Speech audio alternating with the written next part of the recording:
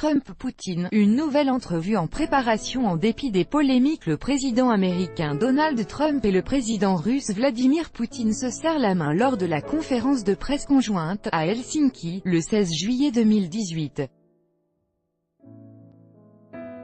Reuters, Leonard Fugger. Vladimir Poutine invité à Washington à l'automne prochain.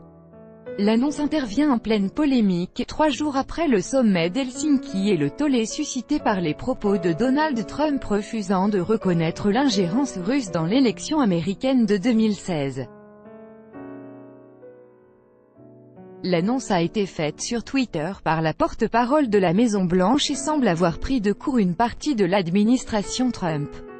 Avec notre correspondant à San Francisco, Éric de Salve. En pleine conférence, en direct, le directeur du renseignement américain apprend la nouvelle de la bouche d'une journaliste. « Vous pouvez répéter cela ?» demande un Dan Coats étonné.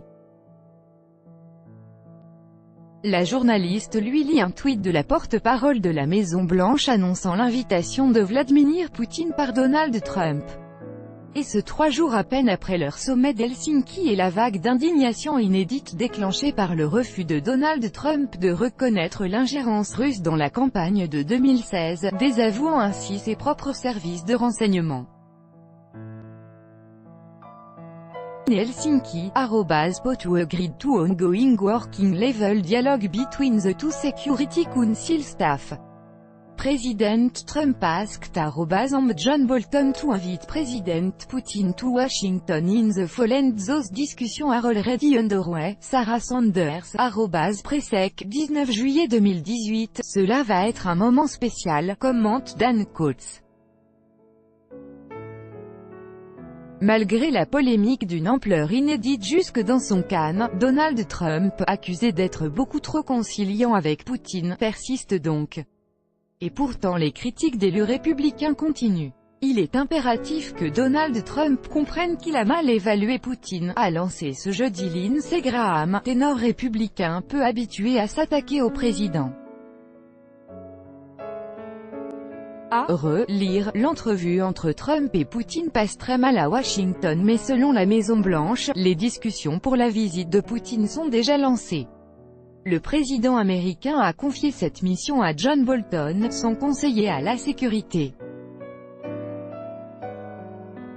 J'attends avec impatience notre deuxième rencontre pour que nous puissions commencer à mettre en place certaines des choses dont nous avons parlé, a déclaré Donald Trump sur Twitter, citant la lutte contre le terrorisme, la sécurité pour Israël, la paix au Proche-Orient, les cyberattaques, les échanges commerciaux, l'Ukraine ou encore la Corée du Nord.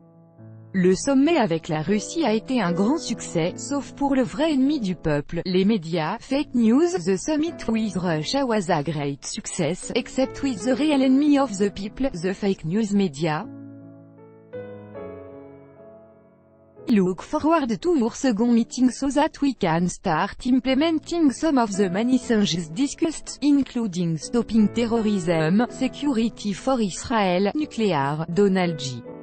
Trump, @Real Donald Trump, 19 juillet 2018, prolifération, cyberattacks, trade, Ukraine, Middle East peace, North Korea and more.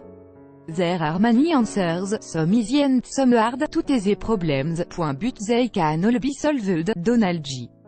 Trump, @Real Donald Trump, 19 juillet 2018. Interviewé sur CNBC, Donald Trump a précisé, si la nouvelle rencontre programmée ne fonctionne pas, je serai le pire ennemi que Poutine ait jamais eu. Le président de la Russie, pays considéré comme hostile par une large partie de la classe politique américaine, devrait être invité à Washington à l'automne prochain.